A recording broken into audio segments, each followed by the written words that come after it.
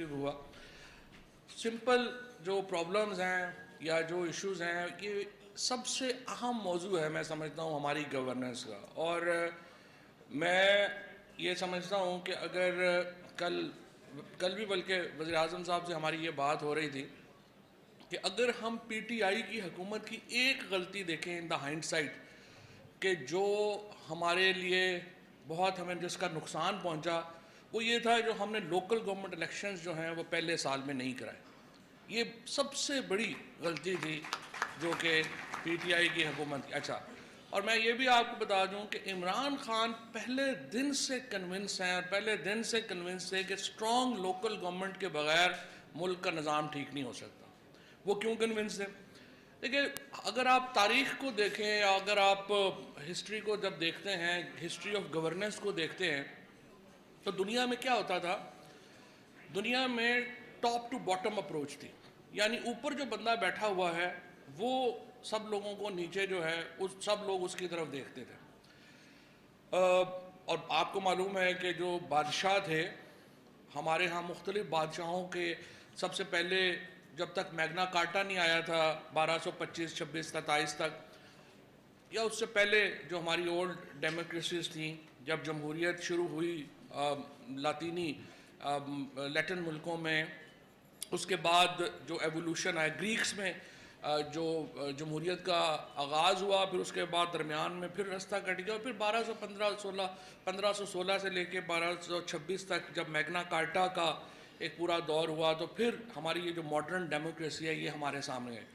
उस वक़्त भी उस वक़्त और बल्कि हमारे यहाँ हिंदुस्तान में तो आखिर तक 1857 की जब जंग आज़ादी हुई, उस वक़्त भी जो बादशाह थे उनको ज़िल्ले सुबहानी कहा जाता था, शैडो ऑफ द गॉड।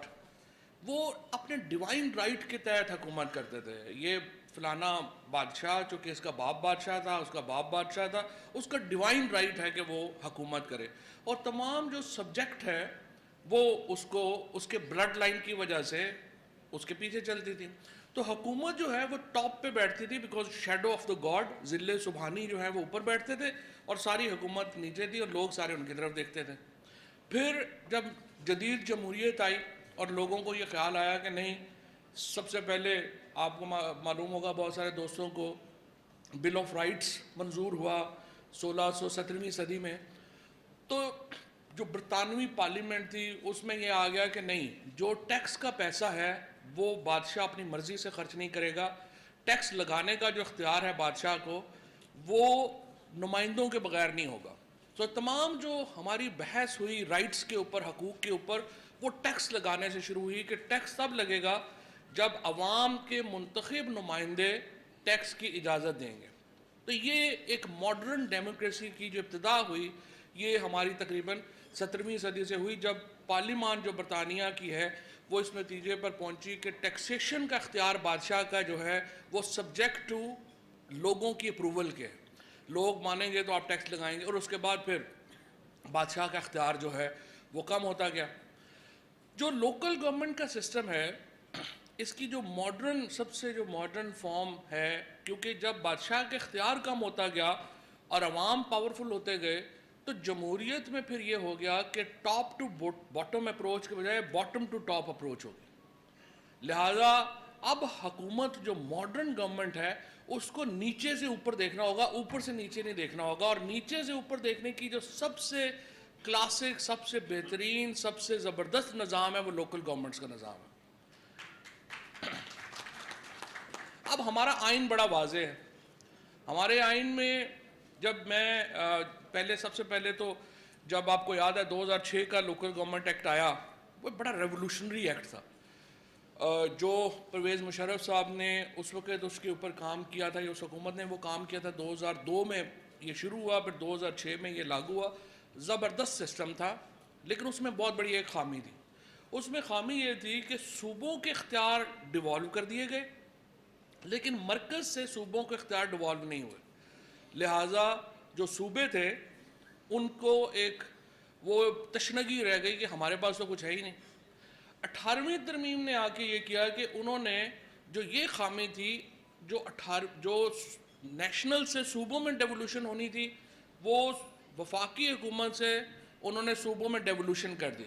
लेकिन यहाँ पर एक बहुत बड़ी जो ज़्यादती हुई वो ये हुई कि जो सूबों के इख्तियार जो 2006 में डिवॉल्व हुए थे वो सूबों ने नीचे से ऊपर ले लिए। तो जो डेवोल्यूशन का फ़ायदा होना चाहिए था 18वीं तरमीम के नतीजे में वो लोगों को पहुँच ही नहीं सका। अब आप देखिए इसका, अगर पाकिस्तान की गवर्नेंस का इस वक्त सबसे बड़ा प्रॉब्लम है तो वो ये आर्टिकल 140A की इम्प्लीमेंटेशन ना होना। आर्टिकल 140A क्या कहता है? हम सारे पाकिस्तान से टैक्स इकट्ठे होते हैं, फेडरल हुकूमत के पास आते हैं। फेडरल हुकूमत के पास से ये टैक्स 60% के करीब, 57.86% के करीब ये टैक्स वापस सूबों को चले जाते हैं। सिर्फ 3 सालों में पंजाब को तकरीबन 23-2400 अरब रुपया नीचे गया, सिंध को तकरीबन 1700 अरब रुपया जो है वो गया है। बलूचिस्तान की आबादी फैसलाबाद डिवीज़न की आबादी के लगभग है, इतने की तकरीबन उनकी आबादी है, उनको तकरीबन 700 अरब रुपया जो है वो नीचे गया। इसी तरह से खैबर पख्तूनख्वा को तकरीबन 900,000 अरब रुपया जो है वो नीचे गया। लेकिन हो क्या रहा? लोकल गवर्नमेंट की सबसे बड़ी मुखालफत इस वक्त कहाँ से आ रही है? चीफ मिनिस्टर्स की तरफ से। क्योंकि जो प्रॉब्लम आ रही है ये है कि जब इतना पैसा फेडरल गवर्नमेंट से नीचे चला गया और वहाँ पे वो स्टक हो गया चीफ मिनिस्टर्स ऑफिस में, और दूसरा फिर प्रॉब्लम आ जाता है हमारे MNAs MPs राज़ी नहीं है कि वो पुलिस और ठेकेदार और पटवारी से ऊपर सोच रखे। जब तक हम अपनी सोच को अपने पाँव से आगे नहीं करेंगे, जब तक हम अपनी सोच को अपने पाँव से आगे सोचने की सलाहियत पैदा नहीं करेंगे, मुल्क कैसे ऊपर जाएगा? इतना पैसा जो है, जो कल भी हम सिंध में गए हैं, अब आप देखिए सिंध में एक तो आपने 1700-1800 अरब रुपया आपने दे दिया NFC अवार्ड के हिस्से के तौर के ऊपर। फिर कराची में, ज़ाहिर कराची में PTI जीती है, कराची में जो सिंध हुकूमत है वो 1 रुपया खर्च नहीं करती, लिहाजा वहाँ के लोग जो हैं वो कहते हैं जी हमने तो PTI को वोट दिया है, हमें तो आपको जो है वो हमें आपको टेक केयर करनी चाहिए। लिहाजा PTI को उस पॉलिटिकल प्रेशर के अंदर कराची को एक्स्ट्रा पैसे 1100 अरब रुपया फेडरल गवर्नमेंट ने उठा के कराची में और लगा दिया। आपने KCR बना दी, आपने नाले साफ़ कर दिए, आपने कहा लोकल गवर्नमेंट के सारे सिस्टम जो हैं वो हम ठीक करेंगे। लेकिन मुझे बताइए इस्लामाबाद से बैठ के कराची के मसले जो हैं वो कैसे आप हल कर सकते हैं? इसका वाहिद। और दूसरी फिर बड़ी प्रॉब्लम ये है, सुप्रीम कोर्ट में हमारी अदालतों में भी रोज़ाना केसेस जाएंगे, उसके ऊपर बातें होंगी, जो रियल केसेस जिनका इम्पैक्ट आना है उसकी तरफ अनफॉर्चुनेटली कोई हमारी तवज्जो ही नहीं है। 140A के ऊपर ख़ुद इमरान खान साहब की जो पटिशन है वो पेंडिंग है, मेरा ख्याल है कम से कम 8 साल हो गए, 6 साल हो गए, हमें उसकी पटिशन के वो लगने को नहीं देती। मेरे ख्याल में, I can be totally wrong, parliament के ने आर्टिकल 140A पास कर दिया है। अब ये कानून जब तक सुप्रीम कोर्ट जो है वो इसको इंटरप्रेट नहीं करेगी, अब इस वक्त निज़ाम क्या है? आप NFC अवार्ड में पैसे जमा करते हैं, पैसे सूबों में डिवाइड होते हैं, आगे प्रोविंशियल फाइनेंस कमीशन अवार्ड ही नहीं हो रहा।